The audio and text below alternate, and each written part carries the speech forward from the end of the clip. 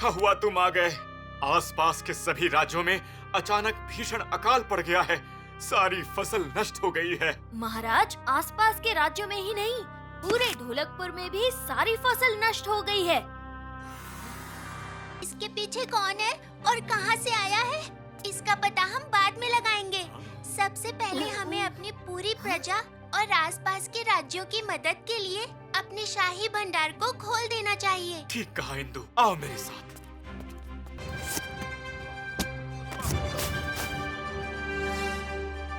अंधकार में क्या? ये एक ऐसी काली परछाई है जिसके पास अपना कोई वजूद नहीं, पर जहाँ भी ये जाती है हर चीज को खा जाती है। इसकी भूख इतनी बड़ी है कि ये गांव या राज्यों को नहीं, पूरी धरती को खत्म कर सकती है। ये फूल तो पूरी धरती पर सिर्फ एक ही जगह मिलता है और उस जगह को तो मैंने देखा है, फूलों की वादी, धरती की सबसे खूबसूरत जगह। बिल्कुल ठीक कहा भीम। धरती की खूबसूरती ही धरती की शक्ति है। वन, पर्वत और गंगा सिर्फ मुकुट की रखवाली नहीं, बल्कि धरती की शक्ति की भी रखवाली कर रहे हैं।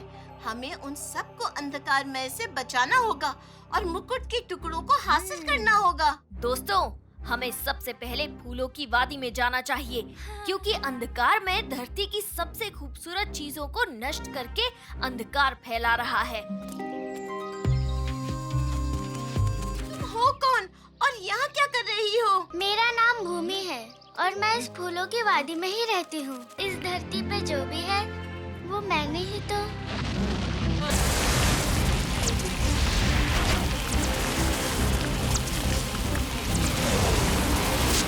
हमें यहाँ से निकलना होगा। चलो सभी यहाँ से भागो।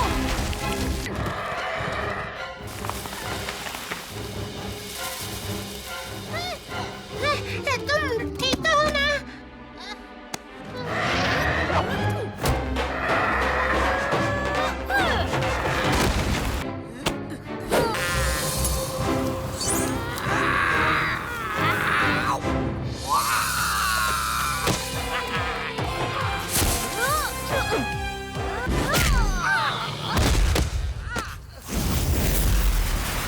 ये कैसे हो सकता है?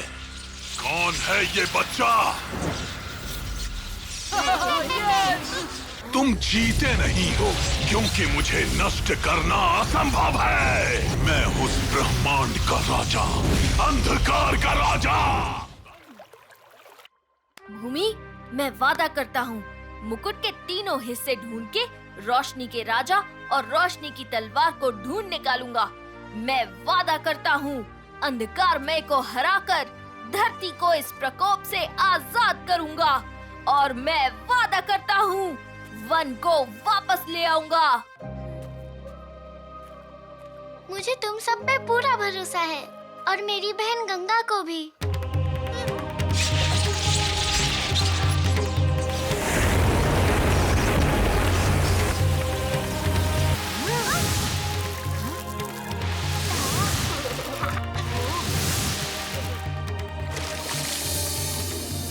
घबराने की जरूरत नहीं है, ये हमारी बहन है गंगा।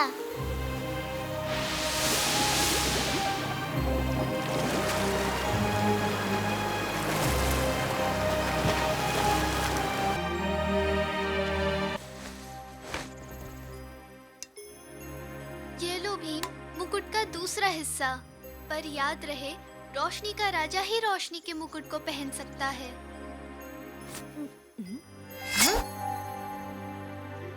अब हमें मुकुट का बस तीसरा और आखिरी हिस्सा तलाशना है। धरती के मुकुट का तीसरा हिस्सा तुम्हें उस धरती के सबसे ऊंचे पहाड़ पर मिलेगा, जहाँ से चलकर मैं धरती तक आती हूँ।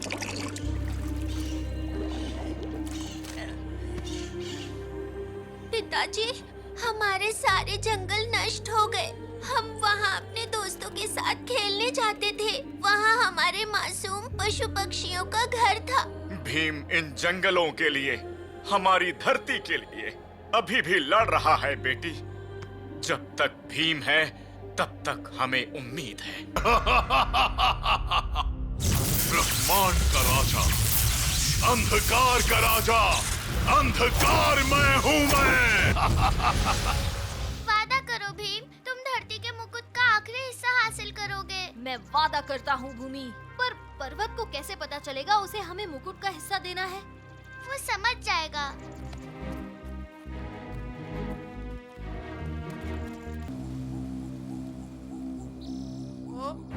मुझे मेरी बहनों के खतरे में होने का एहसास हो रहा है। मुझे उनकी मदद करने जाना होगा। तुम मुकुट के हिस्सों को लेकर भाग नहीं पाओगे। अरे हम इसे कैसे भूल गए? क्या कहते हो पर्वत? इसके साथ भी दो दो हाथ हो जाए। नेकी और पूछ पूछ।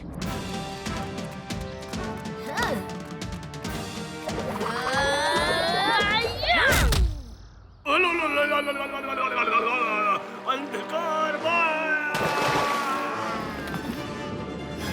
भीम, इस मुकुट को धरती के अंतिम बचे राज्य में ले जाओ, राजा सूर्य के राज्य में। लेकिन धरती अंधकार में समा गई, तब भी वहाँ पर सूरज की रोशनी बनी रहेगी। क्या वो ही रोशनी के राजा है?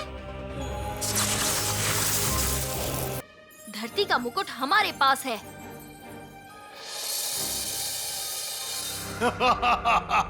आओ पर्वत और गंगा, अंधकार मैं के राज में तुम्हारा स्वागत है। भीम, धरती का मुकुट मेरे हाथ से चला गया तो क्या? रोशनी की तलवार के बिना वो किसी काम का नहीं, और रोशनी के बिना रोशनी की तलवार किसी काम की नहीं। तैयारी करो, अब वक्त आ गया है सूरज के ढलने का, और इसी के साथ खत्म होगा रोशनी का राजा।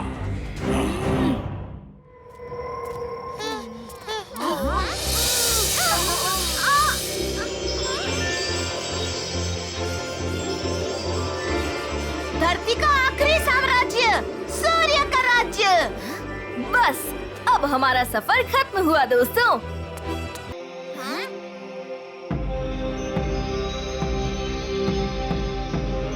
महाराज सूर्य की जय। भीम, भूमि बहुत नाजुक हालत में है। वन, पर्वत, गंगा सबको भूमि ने खो दिया है। अपने भाई बहनों को खोने के बाद भी वो यहाँ तक आई। भूमि की हालत नाजुक जरूर है, पर वो कमजोर नहीं। भूमि ने किसी को नहीं खोया है। हम सबको बचाएंगे, वन, गंगा, पर्वत, सबको। और भूमि, वो वापस ठीक हो जाएगी ना भीम? भूमि को बचाने का एक ही तरीका है, रोशनी की तलवार से अंधकार मय को हराना। और उसके लिए मुझे धरती का मुकुट पहनना ही होगा भीम। दोस्तों, जल्द ही हम अंधकारमय के राज्य पहुंचकर वन, पर्वत और गंगा को आजाद करेंगे।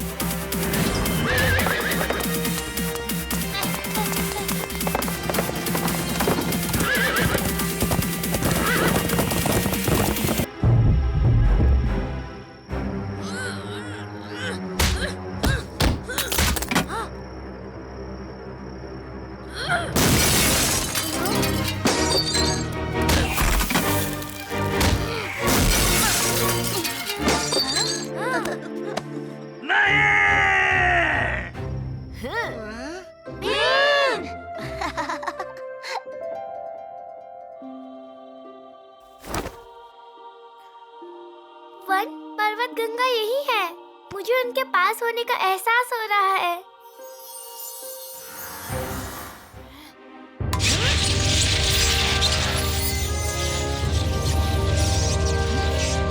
अब समझे भीम, रोशनी की तलवार ने तो तुम्हें पहले ही चुन लिया था, पर तुम्हारा भी उससे चुनना जरूरी था। तुम ही रोशनी के राजा हो भीम। रोशनी की तलवार उठाओ भीम। अब ये रोशनी का राजा अपनी तकदीर पूरी करके रहेगा।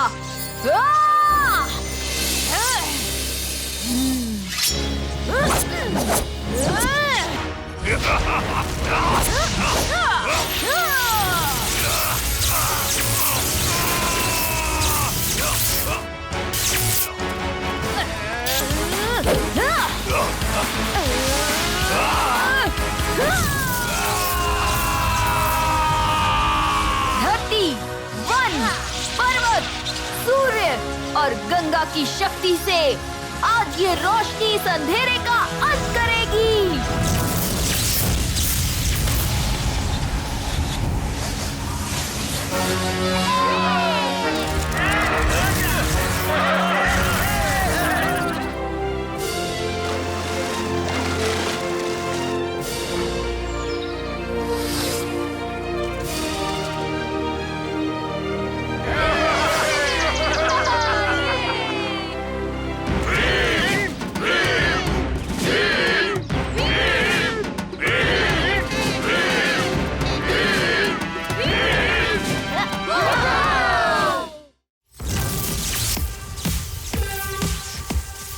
अंधकार में राज होगा मेरे सर पे ताज।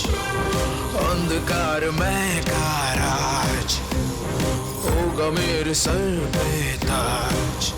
साम्राज्य होगा मेरा इतना बड़ा, रोशनी का अब ये सूरज ढला।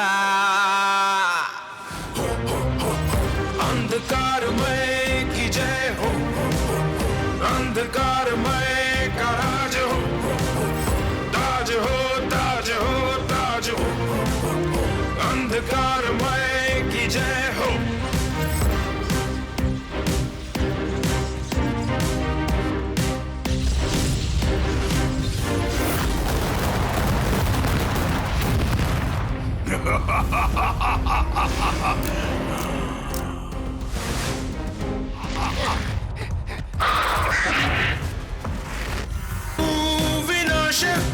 विनाश करने आए, भूख है बड़ी, भूख है बड़ी। धरती पे ले आए हम अंतिम घड़ी। खा जाए जो भी आए सामने, हम पर जीवी है। अंधकार में, अंधकार में, अंधकार में जंग है शुरू, और धरती का अंतिम समय। अंधकार में की जय हो, अंधकार में का राज हो, ताज हो ताज हो ताज हो। अंधकार में की जय हो।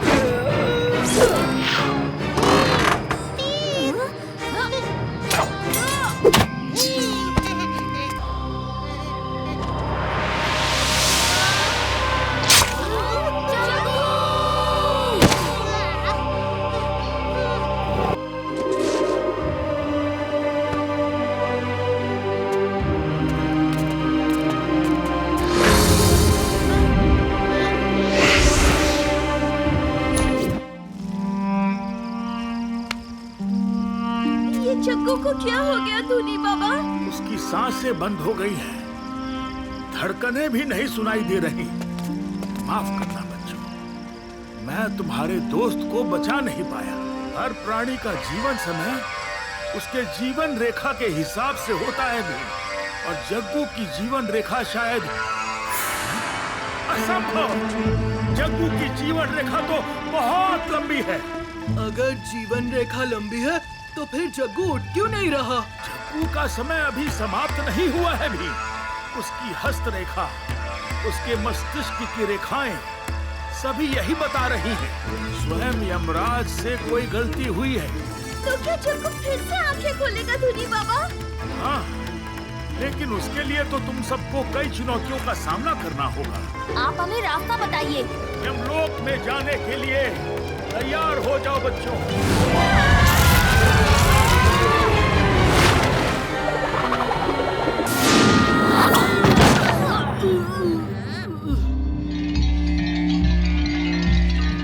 ये कौन है जो इतना उत्पात मचा रहा है? जी प्रभु, ये एक बहुत ही खतरनाक और भयानक बाघ है प्रभु। ये तो बाघ से भी भयानक है। बाघ? पर ये तो बंदर है। अरे ये मैंने क्या कर दिया? ये किसको लेके आ गया मैं? अगर यमराज को पता चल गया तो मेरी नौकरी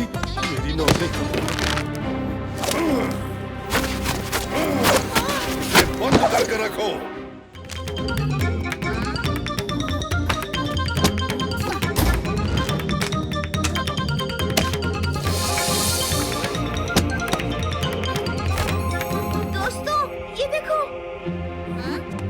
जीवन मृत्यु की किताब मिल गई।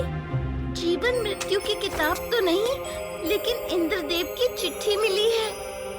इसमें लिखा है कि वो अपने दूत को यमलोक के निरीक्षण के लिए भेजने वाले हैं। दोस्तों, जग्गू को छुड़ाने की तरकीब मिल गई। लगता है ये चित्रगुप्त किसी काम का नहीं है। हाँ भीमराज, शायद इसके बारे में हमें इंद्रदेव से शिकायत करनी पड़ेगी। यम, जिन्हें मैं बच्चे समझ रहा था वो तो इंद्रदूत निकले। अब क्या करूं? मुझे किसी भी तरह इनको यहाँ की सारी अच्छाइयाँ दिखाकर इन्हें यहाँ से शांत और प्रसन्न करके भेजना होगा।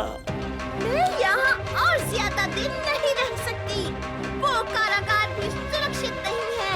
कोई भी पापी कभी भी बचकर निकल सकता है। चलो इंद्रदेव के पास तुरंत चले जाते हैं। अरे रे मेरे प्रभुओं, नहीं, मेरा मतलब है मेरे प्यारे बच्चों, तुम यहाँ क्या कर रहे हो? हम तो पापियों की कतार ढूंढ रहे थे, रास्ता भूल गए।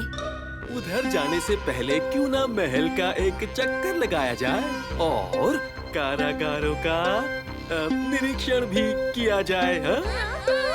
मेरे साथ चलिए। चित्रगुप्त, जी प्रभु। उन बच्चों को कतार में आगे लेकर आओ। न्याय में देरी नहीं होनी चाहिए। न्याय में देरी अन्याय है।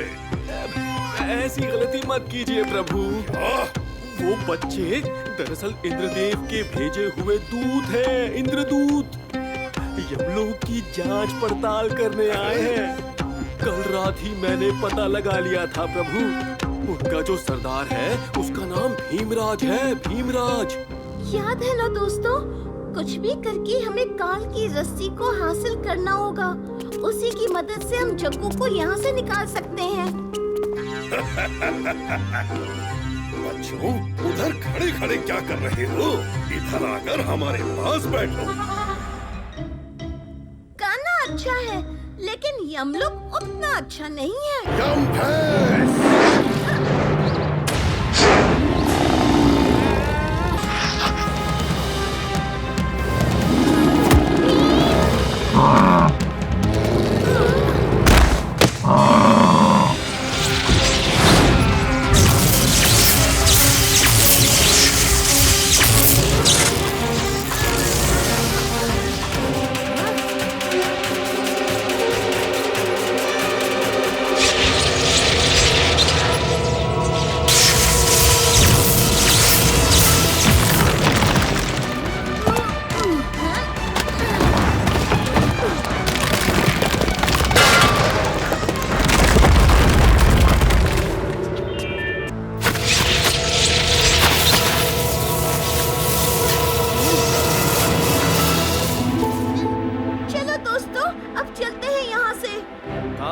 अपने हाथों में लेकर तुमने अनर्थ कर दिया है भीम।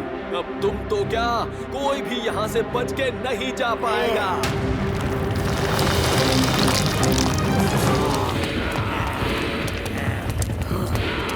अब ये सब के सब भीम के पीछे पड़ गए हैं। हमें कुछ करना पड़ेगा। हाँ?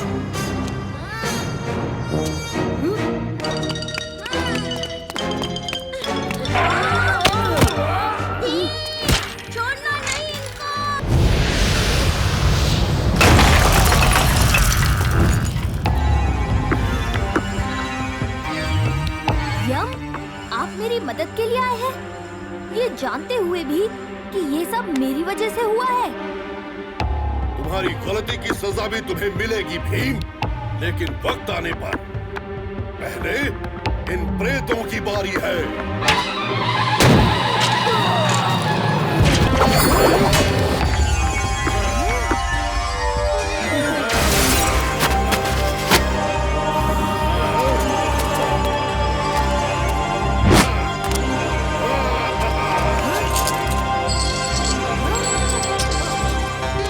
शुक्रिया यमराज, अगर मैंने अनजाने में आपको परेशान किया हो तो माफ कर दीजिएगा। परेशान तो तुमने चित्रगुप्त को किया है जग्गू, तुम्हें कुछ नहीं कहोगे। बिल्कुल बिल्कुल चित्रगुप्त जी, कभी ढोलकपुर आइएगा, आपको रस भरे केले खिलाऊंगा, और वो भी इतने बड़े बड़े। ठीक है। चलो, ये मामला तो सुलझ गया। बाकी रहा तुम्हारा इनाम, तो तुम हमें अपनी कोई भी इच्छा बताओ, हम उसे अवश्य पूरा करेंगे।